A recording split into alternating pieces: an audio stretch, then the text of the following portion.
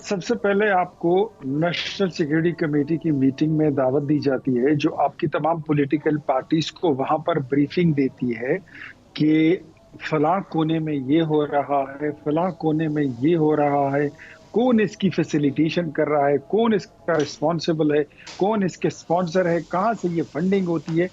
वो जो national security committee की मीटिंग थी, उसका मतलब और मुद्दा जो था बुनियादी तौर पर ये था। वहां पर कोई नया डिसीजन लेना नहीं था कि जी बस आप भी बंदूक उठा ले, मैं भी बंदूक उठाता हूँ, आप वो कोना संभाले, ये कोना मैं संभालता हूँ। No, that was a briefing इजलास, ब्रीफिंग सेशन था। और ब्रीफिंग सेशन के बाद वहां पर सारी सियासी कुव्वतों ने एक साथ खड़े होकर यकजान यक आवाज होकर ये कहना था कि अमन का झंडा और पाकिस्तान के झंडे पर हम सब मुत्तफिक हैं। अनफॉर्चुनेटली पीटीआई अनाउंस कि हम कल जाएंगे और फिर 14 बंदों की टीम के साथ उन्होंने शिरकत करनी थी। रात को इनको मेरे ख्याल में कोई शायद थ्रेट वेट आ गई है तालिबान और या दहशतगर्दों की जानिब से, और ये लोग उससे फिर उन्होंने खुद को डिसंगेज कर लिया, डिसएसोसिएट कर दिया, ये वहां से हट गए। अब इसके बाद होनी है all parties conference. All parties conference हुई, ईद के बाद होगी। वहां पर कोई नया डिसीजन नहीं हुआ। वहां पर इट्स नॉट अबाउट डिसीजन। मैं बिल्कुल ये बात नहीं कर रही कि वहां कोई डिसीजन ऐसा हो गया। मैं सिर्फ ऑप्टिक्स में बात कर रही हूँ। जिस तरह हम एपीएस को अगर कंपेयर करें तो आपने खुद कहा कि सारे लोग आ गए थे, इवन इमरान खान उस वक्त कंटेनर पे थे लेकिन आ गए थे। इस दफा इस चीज की बहुत कमी महसूस हुई है। इनफैक्ट इस बार इमरान खान जो है वो पाकिस्तान की एस्टेब्लिशमेंट की लड़ाई में इतने दूर निकल चुके हैं कि कौमी सलामती और पाकिस्तान की कौमी गैरत और हमीयत पे उस पर भी उनको कोई फर्क नहीं पड़ता। ये अभी मेरा भाई कह रहा था कि ये अथॉरिटेटिव स्टेट की, तो क्या मैं आपको बताऊं कि जब 4.25 साल इस मुल्क पर इमरान खान हुकूमत करके गए हैं, वो कौन सी स्टेट थी जब पूरी पार्लियामेंट को एक कर्नल चलाता था, जब मैंडेट हमारा था, मुस्लिम लीग नून का था, और हमारे मेंबर्स को गर्दनों से पकड़कर जहाज में बिठाकर बनी गाला और पीएम हाउस लाया जाता था। आमिर लियाकत की आपको स्टेटमेंट याद है कि हम आए नहीं है, हम लाए गए हैं। आपकी हुकूमत में एक खातून को आपके वजीर आजम इमरान खान ने 4 महीने वजीर आजम हाउस में कैद रखा था, उसका नाम है तैयबा गुल, और उसके जरिए जस्टिस रिटायर्ड जावेद इकबाल जो चेयरमैन नैब थे उसको ब्लैकमेल किए रखा, और आपने एक एक मुखालिफ को, सियासी मुखालिफ को तुन के रख दिया था। आज आपको अथॉरिटेटिव स्टेट याद आ गई। हमें आपकी मुहिब्बुल वतनी पर कोई शक नहीं है, लेकिन वो कहीं दिखाई भी नहीं दे रही है। अच्छा, दिखाई भी देनी चाहिए। सिर्फ ये बता दें सिर्फ नहीं कि असल वजह पूरी दुनिया को। जी कमर साहब, आपके सामने सिचुएशन, और आपको क्या लग रहा है कि स्टेट का रिस्पांस, व्हेन आई से स्टेट तो मेरा मतलब है सारा सिविल मिलिट्री लीडरशिप, क्या रिस्पांस आएगा? Of course everybody is thinking कि ईद के बाद कोई ना कोई बात खुलेगी, सामने आएगी कि क्या हल है इसका, क्योंकि इस तरीके का हमला होना it is enough I think सबकी आंखें खोलने के लिए। आपको क्या लग रहा है कि क्या रिस्पांस आएगा?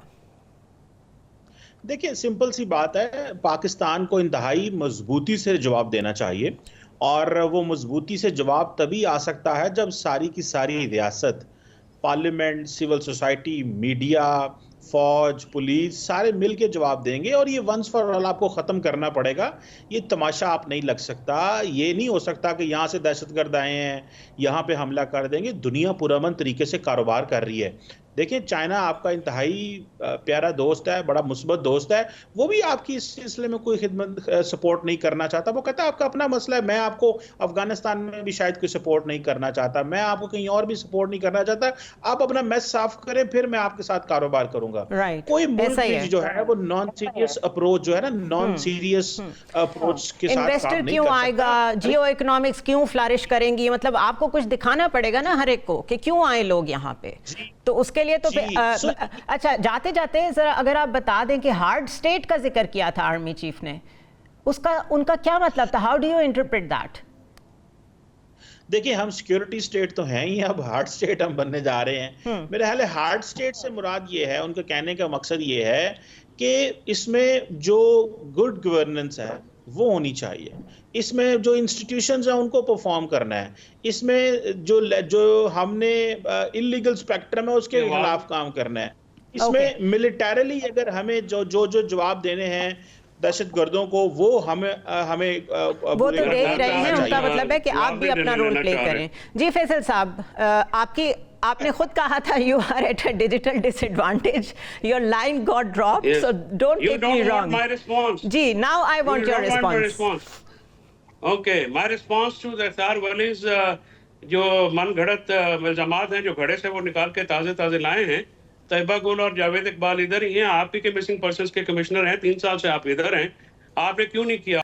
आपको जब तक यहाँ पे एस्टैब्लिशमेंट का फुटप्रिंट है, सियासतदान कुछ नहीं कर सकते। जिम्मेदारी भी एस्टैब्लिशमेंट की है जिन्होंने ये मुल्क में ये हाइब्रिड 2.0 निज़ाम लाए हैं। ये आएगा अख्तार वली साहब की तरफ ही, क्योंकि जाहिर है वो बेचारे कमजोर हैं और फौज की तरफ तो कोई मुंह नहीं करेगा एस्टैब्लिशमेंट की तरफ। लेकिन ये है कि ये सारा मामला जो है, इसके पीछे कुछ ऐसी नादीदा कुव्वतें हैं जो कि हमेशा पाकिस्तान की सियासत में मुदाखलत करती हैं और उनकी मुदाखलत है।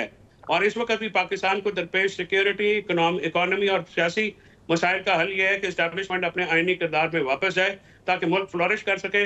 और अदरवाइज आप नेक्स्ट 23 मार्च में भी बैठ के ये रोना रोएंगे जो अभी आप रो रहे हैं, और जब तक अदारे अपने आईनी किरदार में वापस नहीं जाएंगे मामला दुरुस्त नहीं होगा।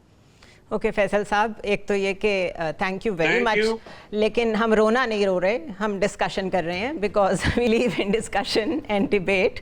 मसलों का हल यही होता है। कमर चीमा साहब, थैंक यू सो मच। इख्तियार वली साहब, thank you so much for joining me.